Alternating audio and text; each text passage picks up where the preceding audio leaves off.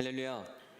오늘 또 이 강단을 통해 들려지는 그 말씀이 우리에게 주신 하나님의 말씀으로 들려지는 그 은혜와 역사, 그리고 그 말씀이 우리 마음밭에 새겨져서 그 말씀의 힘이 우리의 삶에 강력하게 나타나는 그 놀라운 일이 있기를 주님의 이름으로 간절히 축복합니다. 오늘은 준비된 영상을 잠시 함께 보고 우리 함께 말씀을 이어가겠습니다.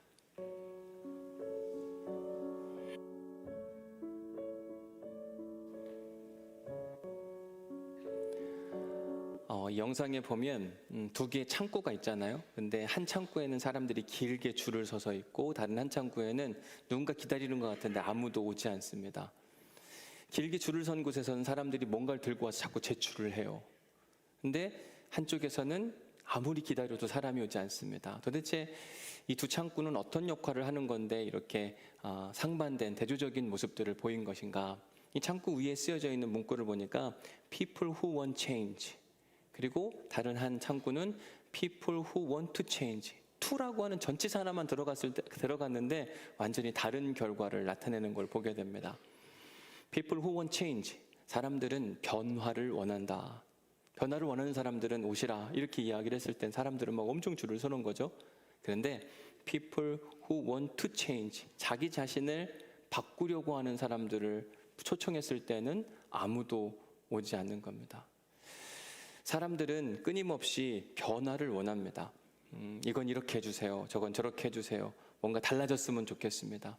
더 나은 삶의 환경을 위해서 뭐가 변했으면 좋겠다는 이야기를 우리는 자주 하는 모습을 보게 됩니다. 그래서 본인들이 생각하기에 어떤 변화가 일어나면 세상이 더 살기 좋아질까 한번 작성해서 와보시라 그랬더니 수많은 사람들이 글을 작성해서 와서 제출하는 거죠. 이건 이렇게 바꿔달라, 저건 저렇게 바꿔달라. 당신들이 원하는 걸 다 이야기해 보시라. 어떤 사람들은 막 손을 들고 저요 내가 할 말 있습니다 라고 이야기를 해요. 그런데 어떤 변화와 변혁이 일어나려면 반드시 희생과 헌신이 필요하거든요. 다시 말해서 환경의 변화를 일으키고 싶다면 그 변화를 당신들이 먼저 받아들여야만 합니다. 받아들이시겠습니까? 그랬더니 다 손을 내리는 겁니다. 어쩌면 이게 우리가 가지고 있는 현실이 아닐까. 세상이 바뀌었으면 좋겠는데 나는 그냥 내버려두고 다른 사람들이 바뀌어짐으로 말미암아 우리가 사는 세상이 훨씬 더 좋은 세상이 되면 좋겠다. 더 심각한 문제는 뭐냐면 Who want to lead the change? 사람들에게 이 변혁을 누가 이끌어 갈 것인가, 리더로 나설 사람 손 들어 보십시오 이야기하니까 다 도망가고 한 사람도 없는 겁니다. 이게 우리가 살아가는 실제적인 모습이겠다. 변혁과 변화가 일어나기를 원하지만 이 변혁과 변화를 이끌어 가려면 그 리더의 절대적인 헌신과 희생과 십자가 짐이 필요한데, 변화는 원하지만 십자가는 안 지고 싶은 마음. 저는 문득 이 영상을 보다가 마가복음 14장 50절 말씀이 생각이 났습니다. 같이 한번 읽어볼까요? 시작. 제자들이 다 예수를 버리고 도망하니라. 예수님 당시에 예수님께서 사람들에게 이야기합니다. 하나님 나라, 지금 우리가 사는 세상이 너무 어지럽고 불편하고 이상한 나라가 되어 있는데 우리 함께 하나님 나라 운동을 이끌어갈 사람들이 누가 있을까? 사람들에게 제안하죠. 당신 나와 함께 하나님 나라 운동 한번 해보시지 않겠습니까? 그럴 때 그를 따랐던 제자들 곧 그물을 버려두고 곧 세관을 떠나 예수님과 함께 합니다. 왜냐하면 그들도 예수님과 함께 세상을 바꾸고 싶었거든요. 뭔가 달라지도록 만들고 싶었어요. 예수님이 말씀하셨던 그 하나님 나라 사상이 이 갈릴리 땅에 온전히 임하기를 간절히 바랬습니다. 그러나 그 일이 생각만큼 쉽게 일어나진 않는 겁니다. 세상이 바뀌려면, 하나님 나라가 오려면 누군가는 십자가를 져야만 했어요. 희생과 헌신과 수고가 필요했는데 예수님께서 그들에게 하나님 나라 사상을 이야기하면서 너희들에게 그러려면 십자가 사명을 받아야 하느니라 라고 이야기했을 때 사람들은, 제자들은 다 예수님을 버리고 도망갔던 현실, 이게 어쩌면 우리의 모습이 아닐까. 모든 게 다 바뀌어지고 새로워지기를 원하지만 정작 나는 지금 이대로가 좋고 다른 사람만 달라졌으면 좋겠다. 다른 사람의 변화를 통해서 세상이 완전히 달라지면 얼마나 좋을까. 저 사람은 저게 문제고 이 사람은 이게 문제고. 그래서 남에 대한 지적질은 우리가 배우지도 않았는데 얼마나 잘하는지 모릅니다. 진짜 적극적이고 능동적으로 굉장히 잘해요. 그런데 정작 내가 바뀌어야 될 이야기가 막 들려오면 우리는 뒤로 주춤합니다.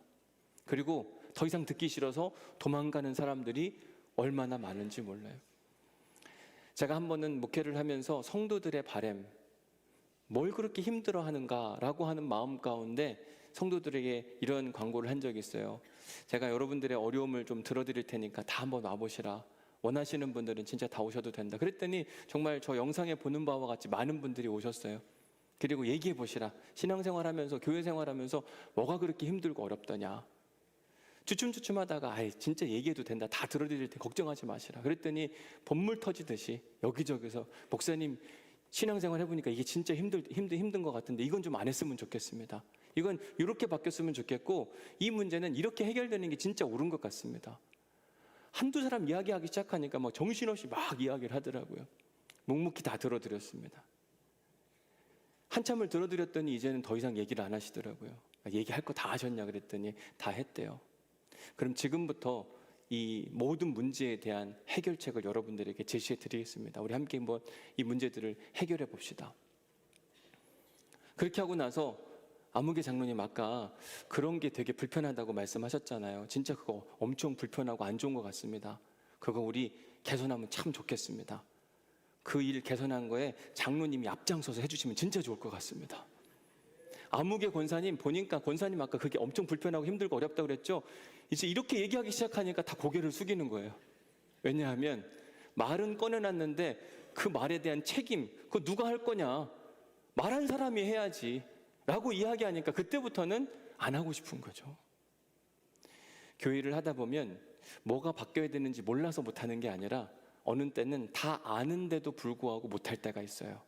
왜냐하면 변화는 원하는데 그 변화에 대한 책임을 지려고 하는 사람은 없기 때문에 생기는 문제가 아닐까. 창세기 4장에 보면 아담과 하와로부터 태어난 두 아들들의 이야기가 등장합니다.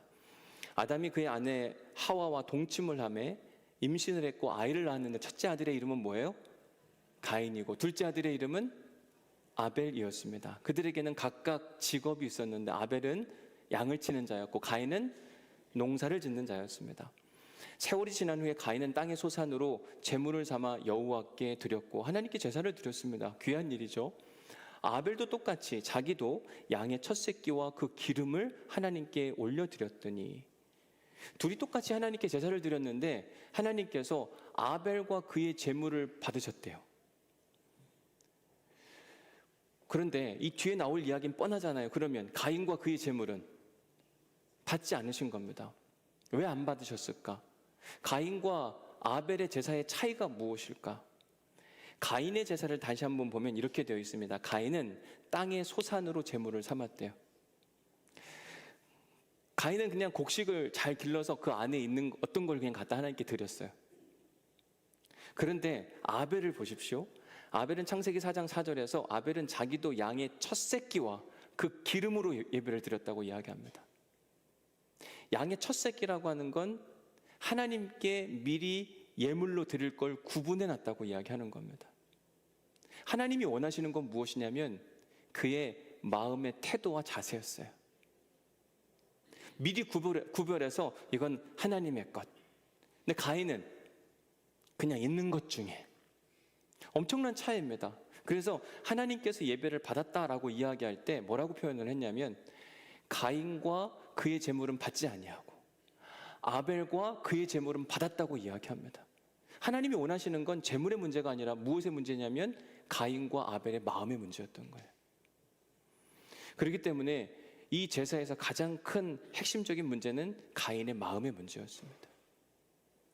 근데 하나님께서 가인과 그의 제물을 받지 않으니까 가인이 막 화가 난 거예요. 그래서 뭐라고 표현되어 있냐면 그가 몹시 분하여 안색이 변했다고 이야기합니다. 색깔이 완전히 달라진 거예요. 얼굴 표정이 달라진 거죠.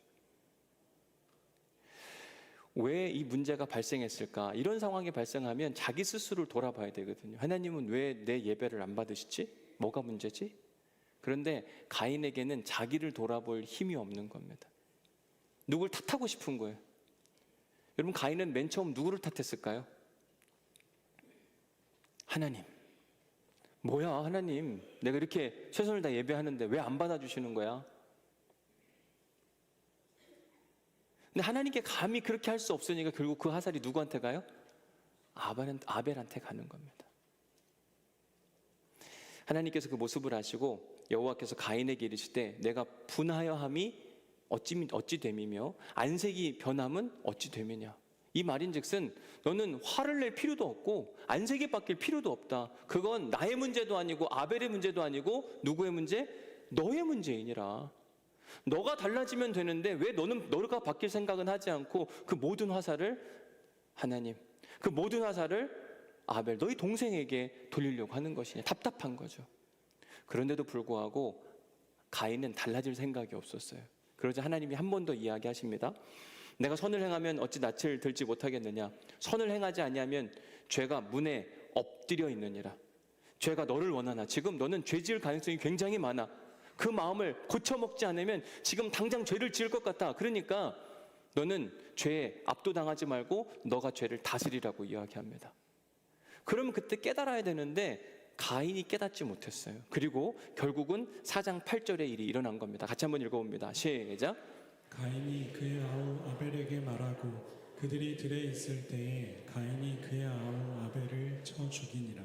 사실은 자기 잘못된 모습을 회개하고 달라졌어야 되는데 가인은 자기를 돌아보지 아니하고 모든 화살을 아벨에게, 그리고 아벨을 쳐 죽이는 끔찍한 최초의 살인 사건이 일어나게 됩니다. 이처럼 사람들은 자신이 먼저 변해야 모든 문제가 해결되고 새로운 환경이 열리는 것을 뻔히 아는데도 불구하고 끊임없이 자신의 변화는 뒤로 한 채 남 탓, 환경 탓, 이렇게 하는 사람들이 생각보다 많다고 이야기를 하는 겁니다. 당신만 달라지면 다 바뀔 것 같은데, 당신이 변하면 나도 변할 테니까 당신 먼저 변해라. 그런데 오늘 설교 제목을 보면 뭐라고 되어 있습니까? 누굴 변화시킬 것인가?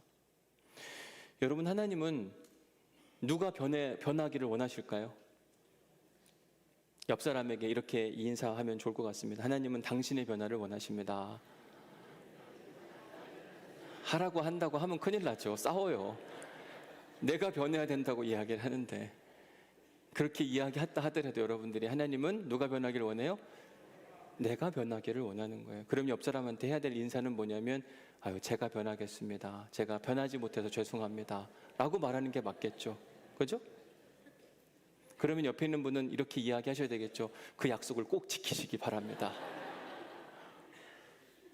이러면 진짜 또 싸움이 나는 거예요. 제가 먼저 바꿔야죠. 그렇게 먼저 말씀해 주시니 감사합니다. 하나님 나라는 남의 문제를 지적질하는 사람들이 아니라 자기 스스로 먼저 변화하기를 간절히 원하는 사람들이 모인 공동체를 하나님 나라라고 이야기한다. 지금 마가복음 4장 말씀을 우리가 계속 살펴보고 있는데 마가복음 4장의 핵심 주제는 하나님 나라입니다. 하나님 나라를 소개하면서 몇 가지 비유를 소개하는데 좋은 땅의 비유를 소개했고 등불의 비유를 소개했고 오늘 본문도 또 하나의 비유를 소개하고 있는 겁니다.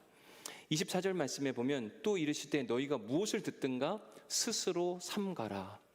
스스로 삼가라고 하는 표현은 조심하라 이런 뜻일 텐데 24절을 영어 성경으로 보니까 이렇게 되어 있습니다. Pay attention to what you hear. 당신이 듣고 있는 그 말에 좀 제발 집중하면 좋겠다. 이렇게 이야기를 하는 거죠. 이 구절을 조금 더 압축해서 한 문장으로 이야기한다면 당신들은 여러분들이 들은 말씀을 마음에 새기고 살면 좋겠습니다. 라고 이야기를 하는 겁니다. 이 말씀의 의미는 우리가 무엇을 듣는가도 중요하지만 그 들려진 말씀이 마음에 새겨지는 일은 너무나도 중요하다는 것을 강조하는 메시지예요. 마가복음 4장에서 몇 가지 비유가 나타난다고 말씀을 드렸잖아요. 좋은 땅의 비유, 등불의 비유, 그리고 오늘 본문의 이야기도 서로 다른 이야기를 하는 게 아니라 사실은 같은 이야기를 해가고 있어요. 우선 예수님께서 어떠한 농부 이야기를 하면서 농부가 밭에다가 씨앗을 뿌리는데 그 씨앗이 어느 땐 길가에 떨어지기도 하고 어느 땐 돌짝밭, 어느 땐 가시덤불, 어느 땐 좋은 땅에도 뿌려지더라. 그 씨앗이 좋은 땅에만 뿌려지는 게 아니라 골고루 뿌려지는데 30배, 60배, 100배의 결실을 맺는 그 땅은 어떤 토양이라고 이야기했죠? 좋은 땅. 좋은 땅이 그렇게 많은 결실을 맺는 이유가 무엇인가? 씨앗이 뿌려지면 그 씨앗을 그냥 내버려 두지 않고 좋은 땅은 감싸 안는 겁니다. 흡수하고 함께 시간을 보내면서 싹이 나도록 만들어주고 계속 영양분을 공급함으로 말미암아 주렁주렁 열매를 맺게 하는 거예요. 이 좋은 밭은 우리의 마음을 상징하는데 하나님의 말씀이 우리에게 임했을 때, 그래서 우리가 성경 봉독을 끝나고 나면 주일날 항상 우리가 어떻게 고백하죠? 아멘. 말씀 주시니 감사합니다. 주신 말씀대로 순종하겠습니다. 이게 말씀을 흡수하는 능력이거든요. 하나님 내게 말씀하여 주옵소서. 내가 듣겠나이다. 그 말씀이 우리 안에 확 들어오면 우리가 감싸 안는 겁니다. 그래서 말씀이 우리 안에 들어오고 우리가 말씀 안에 들어가는 순간 말씀과 우리의 삶이 뒤섞임으로 말미암아 우리의 삶에 말씀의 씨앗이 싹을 내고 그 싹으로부터 점점 자라서 주렁주렁 성령의 열매를 맺게 될 것이다. 이게 바로 예수님이 우리에게 가르쳐 주신 좋은 땅 비유의 가르침이에요. 결국 우리에게 요청하시는 건 무엇이냐면 너희들은 좋은 땅이 되라. 말씀을 받아들이는 태도의 능동성을 이야기하는 겁니다. 이 좋은 땅 비유 이후에 등불 비유를 말씀하시는데 비슷한 이야기를 다르게 표현한 겁니다. 말씀의 등불이 우리에게 찾아왔을 때 그 등불을 어디에 위치해 둘 것인가? 말 아래에 두는 사람. 말이 지난주에 어떤 것인지 여러분들에게 소개해 드렸잖아요. 곡식을 담는 하나의 측량하는 도구인데 그 밑에다가 등불을 두는 사람은 어리석은 사람이요. 그렇다고 또 평상 사람들이 앉는 자리에 등불 밑에다 두는 사람은 그것도 지혜롭지 못한 사람. 정신이 제대로 박혀 있는 사람은 말씀의 등불이 찾아오면 어디다 두죠? 등경 위에 두어서 그 등불이 더 많은 곳을 비치도록 만들어준다. 그러면 나타나는 일이 무엇인가? 유진 피터슨 목사님의 이 풀이로 이야기하면 우리는 비밀을 감춰두지 않고 오히려 말할 것이다. 숨기지 않고 오히려 밝히 드러낼 것이다. 여러분, 우리가 옷을 입고 살아가는데 옷이 더러워지면 어떻게 해야 하는가? 여러분, 옷이 더러워지면 어떻게 해야 되죠? 빨아야 되잖아요. 근데 어느 때는 빨아도 안 되는 게 있습니다. 근데 이게 어두우면 뭐가 묻었는지 안 묻었는지 몰라요. 근데 밝아지기 시작하면 그때부터는 우리 안에 얼룩들이 다 드러나게 되어 있는 거죠. 말씀의 빛이 우리 안에 탁 들어오기 시작하면 우리의 삶의 얼룩들, 죄된 모습들이 다 드러나게 됩니다. 심지어 감춰져 있는 것조차. 만약 제가 지금 자켓을 입고 있지만 여기에 만약 김치 국물이 묻었다고 칩시다. 어두우면 안 보이겠지만 환한 빛 가운데에는 김치 국물이 다 보일 거 아니에요. 그러면 이러한 삶의 얼룩들이 나타났을 때 교회에서는 회개라고 하는 영적 빨래통에 넣어서 우리를 깨끗하게 빨아야 된다고 이야기합니다. 문제는 그 죄의 문제가 빨아도 빨리지 않는 거예요. 계속 죄를 짓기 때문에 찌든 때들이 얼마나 많은지 모릅니다. 근데 하나님이 우리에게 원하시는 건 뭐냐면 그 영적 빨래통에 우리를 집어넣고 회개라고 하는 도구를 통해 우리를 끊임없이 회개하도록 만들면 여전히 얼룩진 인생인데 그런 우리들에게 뭘 입혀주시냐면 그리스도의 옷을 입혀주시는 겁니다. 그러면 우리에게 죄 없다라고 하는 너희들의 인생 가운데, 여러분 보십시오. 여기에 지금 만약에 김치국물 묻었는데 빨아도 안 지는데 딱 이렇게 닿는 순간 어떻게 돼요? 안 보이잖아요. 우리의 죄된 모습이 그리스도의 옷을 입는 순간 우리는 더 이상 죄인이라고 이야기하지 않고 그리스도의 모습으로 세상에 비춰지게 되는 겁니다. 그러면 그 그리스도의 옷을 입은 사람들을 통해서 하나님의 영광이 드러나게 될 것이고 어둠의 권세들은 다 물러나게 될 것이다. 결국 그리스도의 옷을 입고 살아가는 사람들은 자기의 신분을 감출 수 없다고 지난주 여러분들에게 말씀을 드렸잖아요. 사람들이요, 우리가 그리스도의 옷을 입고 살아가는 순간 다 알아봐요. 너 교회 다니지? 당신 집사 같은데? 권사 아니야? 그렇지 않고는 저렇게 말할 수 없는데? 저렇게 행동하는 걸 보니까 당신은 교회 다니는 게 분명히 확실해. 하나님 나라 백성은 감출래야 감출 수 없는 존재이다. 지금 좋은 땅의 비유를 통해서도 하나님 나라가 어떤 곳인지, 어떤 삶의 모습이 보여야 하는지, 등불의 비유를 통해서도, 그리고 오늘 본문의 이야기를 통해서도 동일한 이야기를 하고 있는 겁니다. 하나님 나라 백성들은 우선 강단을 통해 들려진 하나님의 말씀을 나에게 주신 하나님의 메시지로 인식을 해요. 이 이야기는 남이 누군가 들었으면 좋겠는데, 이런 생각이 아니라 오늘 들려지는 이 메시지는 하나님이 나를 향해 예비해 놓으신 메시지라고 하는 확신을 갖게 됩니다. 우리는 종종 은혜 받았다라는 표현을 사용하잖아요. 그리고 여러분 묵상 질문에 봐도 은혜 받은 말씀을 적어 보십시오. 여기서 말하는 은혜 받았다라고 하는 표현이 뭘까 생각해 보면, 말씀을 듣는데 동의가 될 때 우리 고개가 끄덕여지잖아요. 이럴 때 우리는 은혜 받았다 이렇게 이야기합니다. 아니면 어느 때는 말씀을 듣는데 막 가슴이 뜨거워지는 일이 막 생기기도 해요. 마치 내 이야기를 하는 것 같은. 제가 막 여러분들의 사정을 어떻게 알겠어요? 어느 때 보면 목사님 오늘 내 사정을 정확하게 알고 나한테 하시는 이야기처럼 들린다. 진짜 모르거든요. 저는 그냥 성경에 있는 이야기를 자세히 꺼내 설명했는데 누군가에게는 자기의 이야기로 들린다면 그게 하나님께서 우리 허락하신 은혜라고 이야기를 하는 겁니다. 어느 때는 설교를 듣는데 전율이 올 때가, 몸에 막 짜릿함이 올 때가 있습니다. 이러한 걸 우리가 통틀어서 기독교적인 용어로 은혜를 받았다 이렇게 이야기하는데, 하나님이 기뻐하시는 믿음의 사람, 하나님 나라 백성들은 이 은혜를 받았을 때 첫 번째 하는 일이 무엇이냐면 마음에 새기는 일을 하는 거예요. Pay attention what you hear. 우리의 들려진 말씀을 집중하며 마음에 새기며 사는 겁니다. 저는 그래서 신방을 하면서 제일 인상적이었던 기억이 하나 있는데, 제가 부임하고 나서 얼마 안 있어서 어느 가정을 신방했는데 갔더니 현관문에 주보가 이렇게 있는 거예요. 붙여 있어요. 왠가 생각해 보니까 그 주에 들려진 말씀을 잃어버리지 않기 위해서 현관문에 붙여놓은 거예요. 하나님 나라 백성은 우리에게 들려진 그 하나님의 메시지를 잊어버리지 않기 위하여 몸부림을 칩니다. 몸부림을 칠 때 나타나는 또 한 가지의 특징이 뭐냐면 24절 말씀을 다시 한번 보면 너희의 헤아리는 그 헤아림으로. 여러분 여기서 말하는 헤아림이 뭔지 아시죠? 헤아린다. 이거 사투리는 아닐 거 아니에요, 그렇죠? 헤아린다는 말이 무슨 뜻이죠? 자기 스스로를 관찰해 본다. 헬라어로는 메트로라는 단어를 쓰는데 이 메트로는 측정, 저울질 이런 뜻을 갖고 있어요. 우리에게 들려진 그 말씀을 가지고 내 삶을 측정해 보는 겁니다. 하나님은 지금 이만큼을 요구하시는 나는 어디에 와 있는가? 자꾸 자기 스스로를 돌아보는 힘을 말하는 거예요. 지금 하나님의 말씀의 무게는 이만큼인데 내 삶의 무게는 얼만큼인가 되돌아보는 겁니다. 정말 하나님이 기뻐하시는 사람, 믿음의 사람들의 특징은 뭐냐면 끊임없이 하나님이 내게 주신 말씀을 통해 내 삶을 점검하고 되돌아보는 힘이 있음을 이야기하는 거예요. 그런 사람들을 하나님이 기뻐하시고 그런 사람들을 그냥 내버려 두시는 게 아니라 24절 후반절에 보니까 뭐라고 되어 있냐면 너희가 그 헤아림으로 헤아림을 받을 것이라 이렇게 이야기합니다.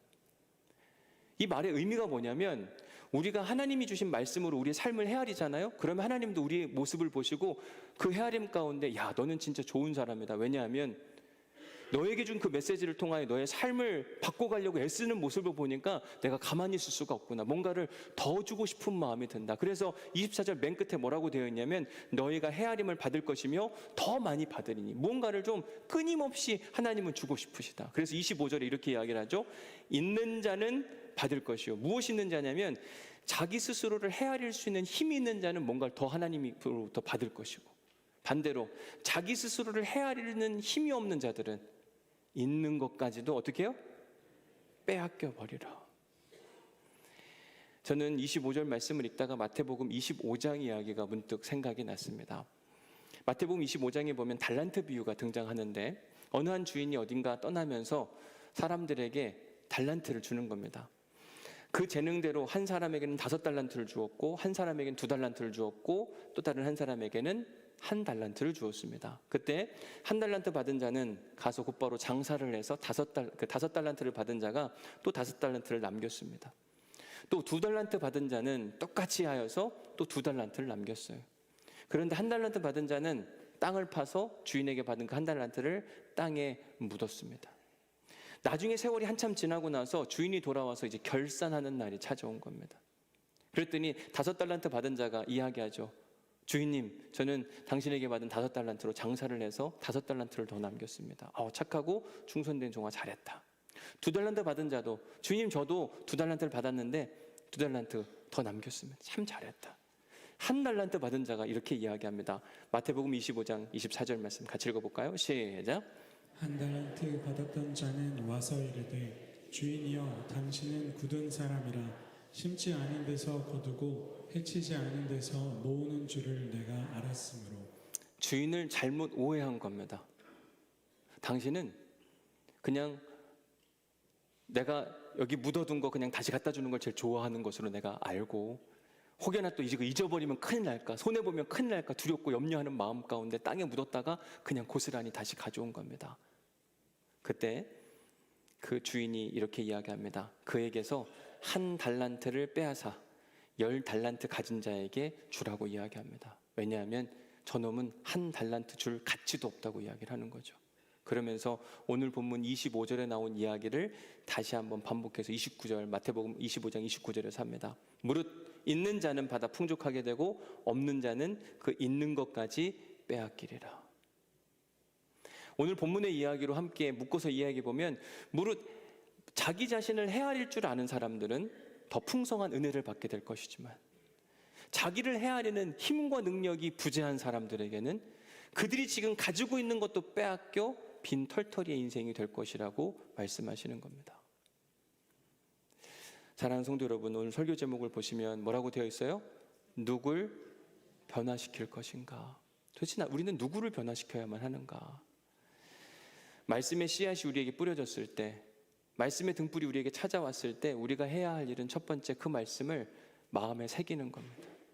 잊어버리지 않으려고 나에게 주신 하나님의 말씀 음성으로 듣고 그 말씀을 지키려고 애를 쓰는 것, 이게 우리에게 가장 중요한 첫 번째 태도입니다.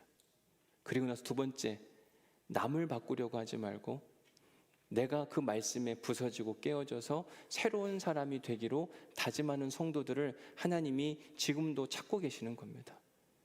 하나님 나라 백성이라 이야기하는 사람들은 결코 남을 바꾸려 하지 않습니다. 누가 바뀌어져요? 내가 바뀌어지기를 원해요. 과연 우리는 그러한 모습으로 살아가고 있는가? 하나님께서 그러한 몸부림을 가진 성도들에게 무엇을 약속하셨냐면 24절 말씀, 더 받으리니, 25절, 있는 자는 더 받을 것이요 없는 자는 있는 것까지 빼앗기리라. 우리는 하나님께 뭔가를 더 받고 싶잖아요. 그렇기 때문에 우리가 해야 할 일이 무엇이냐면 자기 스스로를 헤아릴 수 있는 힘이 필요한 거예요. 바라기는 우리에게 자기 스스로를 헤아리는 힘이 날마다 차고 넘치기를 주님의 이름으로 간절히 축복합니다. 그로 인해 하나님께 더 풍성한 것을 많이 받으신 은혜가 있기를 간절히 축복합니다. 라고 설교를 끝내려고 했으나, 이렇게 하면 나는 지금 있는 거 괜찮은데 안 받고 싶어 하는 사람들이 있더라고요. 그냥 나는 나를 안 헤아리고 지금 이 상태가 좋다 라고 생각하시는 분들이 항상 있어요. 근데 저는 25절 맨 끝에 있는 것까지도 빼앗기리라 라고 하는 말씀에 주목해 보게 됩니다. 우리는 지금 우리가 갖고 있는 걸 안 빼앗길 것 같죠? 근데 마태복음 25장에 등장하는 것처럼 어느 순간 내가 지금 가지고 있는 한 가지만 끝까지 지켜가려고 애를 쓰면 하나님께서 그것도 내놔, 너보다 딴 사람 주는 게 훨씬 더 낫겠다, 다 빼앗아 가는 거예요. 그래서 오늘 묵상 질문 3번에 보면 뭐라고 되어 있습니까?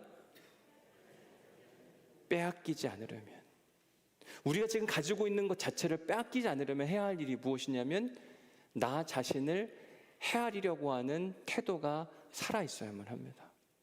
그래서 묵상 질문 2번에 보면 하나님 나라 백성들은 교회와 세상과 가정이 어떻게 해요?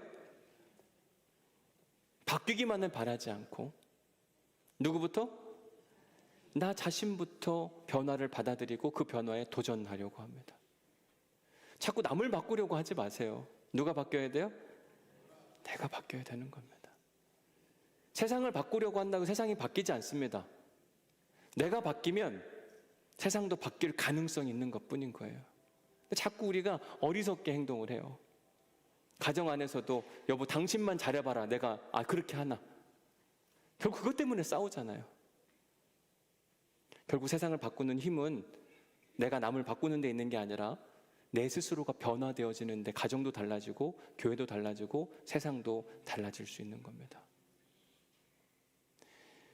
1517년 10월 31일 세상이 달라졌어요.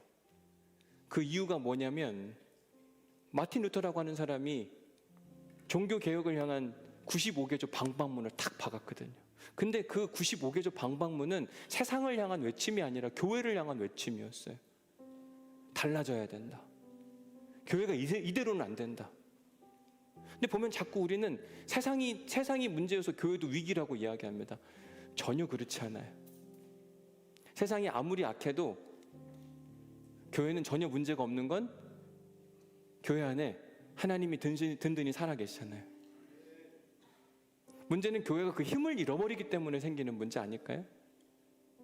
그러면 진짜 지금 해야 할 일은 세상을 욕하고 세상을 탓할 게 아니라 뭘 해야 되냐면 우리 스스로부터 변해야 될 작정을 해야 되거든요.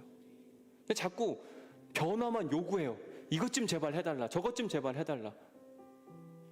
그게 아니라 나는 그럼 도대체 뭘 해야 할까요? 라고 하는 사람이 없는 겁니다. 근데 종교개혁의 핵심은 나로부터 뭔가 변화가 시작되어야 됨을 이야기하는 거거든요. 그러면 가정도 달라지고 교회도 달라지고 세상도 달라질 텐데 지금 자꾸 세상 탓만 하고 있어요. 남 탓만 하고 있는 겁니다. 우리가 신앙생활하면서 십자가 복음에 이야기할 때 두 가지거든요. 첫 번째 십자가 복음은 뭐냐면 십자가를 통하여 내 죄가 깨끗이 사함받은 게 첫 번째고요.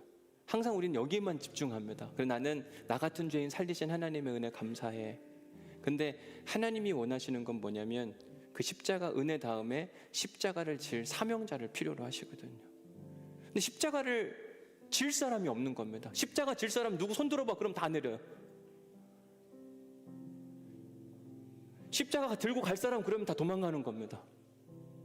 그러니까 한국교회 가장 지금 큰 위기 중에 하나가 뭐냐면 십자가의 은혜는 얘기해요. 나 같은 죄인 하나님이 사랑하셔서 아들도 보내시고 십자가 피 흘려 죽으시고 여기까진 말하는데 결국은 그러면 우리도 십자가 지고 나아가야 되는데 누가 십자가 지를래 그러면 다 손 내리고 다 뒤로 도망가고 조금만 불편하면 편한 교회 찾아가잖아요. 근데 생각해 보면 변화가 일어나려면 변화에 책임질 사람이 반드시 필요하지 않을까요? 지금 3부 예배 보면 많은 분들이 오셨는데 지금 주차장 문제가 되게 심각합니다. 여러분 주차장 문제 해결하려면 뭘 해야 될까요? 걸어오는 사람, 누가 걸어올까요? 걸어와야 되는 건 다 아는데 누가 걸어올까요? 그러면 이제 손 다 내리는 겁니다. 그럴 때 진짜 그리스도인이면 뭐 해야 돼요? 제가 걸어오겠습니다. 그래야 되지 않을까요? 근데 걸어올 사람은 없어요. 주차장 부족하다는 얘기만 하는 사람은 많고. 만약에 주차장이 걸어올 사람이 없으면 그 다음에 방안은 뭐냐면 땅을 사서 건축을 해야 되는 겁니다. 그래 참 좋은 아이디어네. 그러면 건축하려면 뭐가 필요해요? 헌금할 사람 손들이 다 내려요. 다 도망가요. 그러니까 변화는 원하는데 변화를 도전하는 사람은 없다니까요. 왜 그런 걸까 생각해 보면 우리가 너무 여전히 이기적인 겁니다.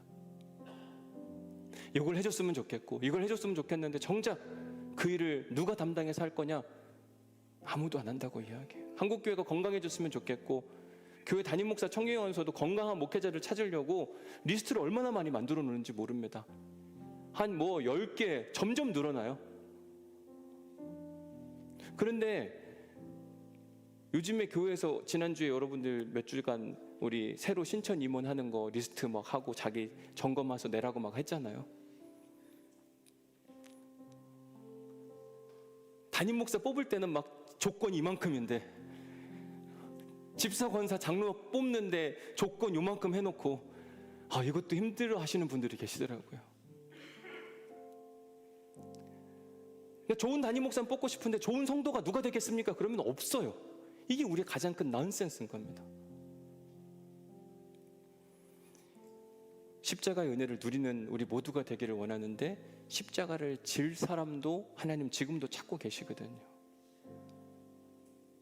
십자가 질 사람만 많으면 한국교회는 전혀 문제가 없습니다. 근데 어느 순간 십자가 질 사람들이 점점 사라져가고 있는 것이 가장 큰 위기인 겁니다.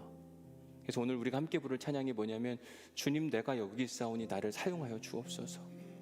자꾸 우리의 기도는 뭐냐면 주님 제가 저기 있사오니 쟤를 사용해서 변화시키면 좋겠습니다. 쟤를 섬기게 하여 주옵소서. 나는 절대로 안 되는데 저 사람은 할 수 있을 것 같습니다. 이게 우리의 간구인 거예요. 엄청난 위기인 겁니다. 그게 아니라 주님, 제가 여기 있는데 전 뭘 하면 좋을까요? 저를 사용해서 가정이 바뀌게 하여 주옵시고, 저를 사용해서 교회가 달라지게 하여 주옵시고, 저를 사용해서 세상이 바뀌어질 수 있도록 하나님 인도하여 주옵소서. 이 믿음의 고백이 있어야 되는데 요청은 많은데 변화할 사람이 없다니까요. 이 찬양을 통해서 하나님, 내가 바뀌어지게 하여 주옵소서. 그리고 나를 통해 하나님 나라가 이 땅에 오게 하여 주옵소서. 하나님 십자가 사명이 오면 받아들이게 하여 주옵소서. 순종하게 하여 주옵소서. 이 믿음의 고백을 우리가 함께 찬양을 해보겠습니다. 주님, 내가 여기 있사오니. 주님, 내가 여기 있사오니 나를 보내소서. 나의 마음 나의 몸 주께 드리오니 주 받으옵소서. 주님, 내가 여기 있사오니. 주님, 내가 여기 있사오니 나를 써주소서.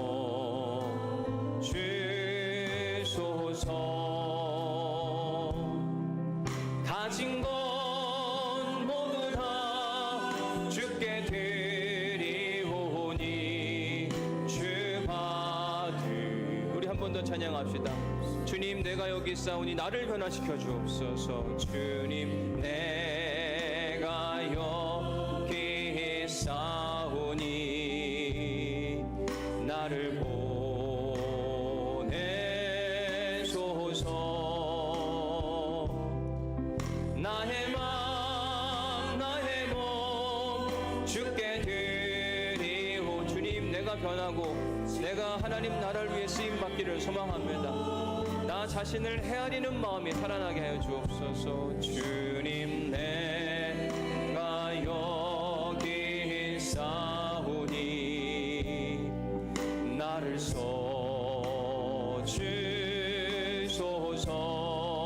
가진 것 모두 다 가진 것 모두 다 주께 드리오니. 주님, 받아주시고 변화시켜 주시고 주님, 우리를 주님의 것으로 사용하여 주옵소서. 할렐루야.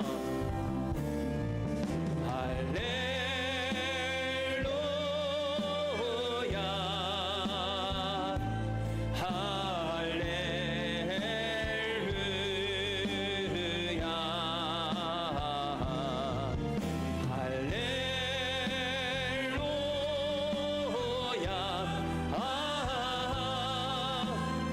할렐루야. 할렐루야. 할렐루야. 주님,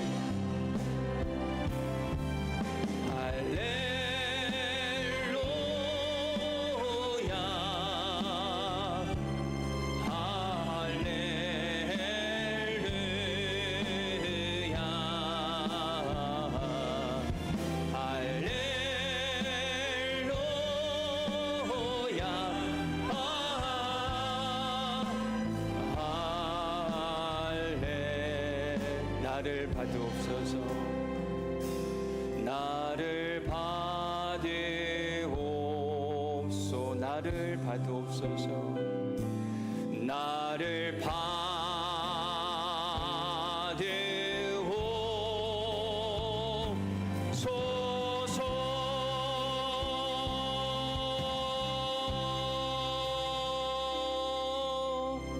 하나님, 우리를 받아 주옵소서.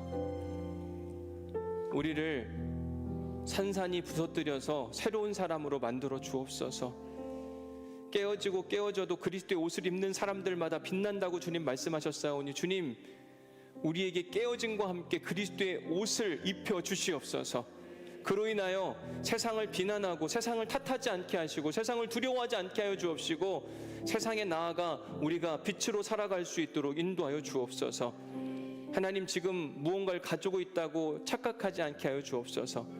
그걸 지키려고 하는 자가 아니라 하나님, 그 위에 하나님의 은혜와 능력이 덧입혀짐으로 더 큰 은혜와 빛이 우리의 인생 가운데 찾아올 수 있도록 축복하여 주옵소서. 그로 인하여 우리의 인생을 이 땅에 보내신 하나님의 목적에 맞게 쓰임받을 수 있도록 인도하여 주옵소서. 많은 사람들이 변화는 원하지만 자신의 변화를 부정하고 있습니다. 가정에서도 남이 바뀌었으면 좋겠다고 이야기하고, 남 이야기하는데 너무 익숙한 우리의 모습을 바꾸어 주옵소서. 하나님의 말씀을 나에게 주시는 음성으로 듣고 마음에 새기고 그 말씀으로 우리를 헤아림으로 말미암아 어제보다 오늘이 더 나아지게 하시고, 오늘보다 내년이 훨씬 더 성숙한 믿음의 사람들이 될 수 있도록 인도하여 주옵소서. 우리가 찬양과 함께 십자가를 지겠다고 말씀하였사오니 주님, 우리를 사용하여 주시옵소서. 이제는 우리 주 예수 그리스도의 은혜와 아버지 하나님의 극진하신 사랑과 성령님의 감동 감화 역사 교통 위로 충만하심이 이제 오늘 말씀을 듣고 남의 변화를 요구하는 것이 아니라 나의 변화, 나를 변화시켜서 사용하실 하나님을 기대하고 나아가는 우리 사랑하는 오늘교회 모든 성도들 가운데 그 하나님의 역사와 평강이 영원히 함께 하시기를 간절히 축원하옵나이다. 아멘. 하나님 감사합니다. 우리를 변화시켜 주옵소서. 우리를 헤아리는 믿음이 살아날 수 있도록 인도하여 주옵소서. 남을 바꾸려고 하지 않게 하여 주옵시고, 우리가 할 수가 없습니다. 분노하지 않게 하여 주옵시고, 주님, 내가 바뀜으로 주님이 그 사람도 바꿔주시고 가정이 바뀌어지시게 하시고 교회가 달라지게 하시고 세상을 변화시키는 놀라운 힘이 교회를 통하여 일어날 수 있도록 도우시고 인도하여 주옵소서.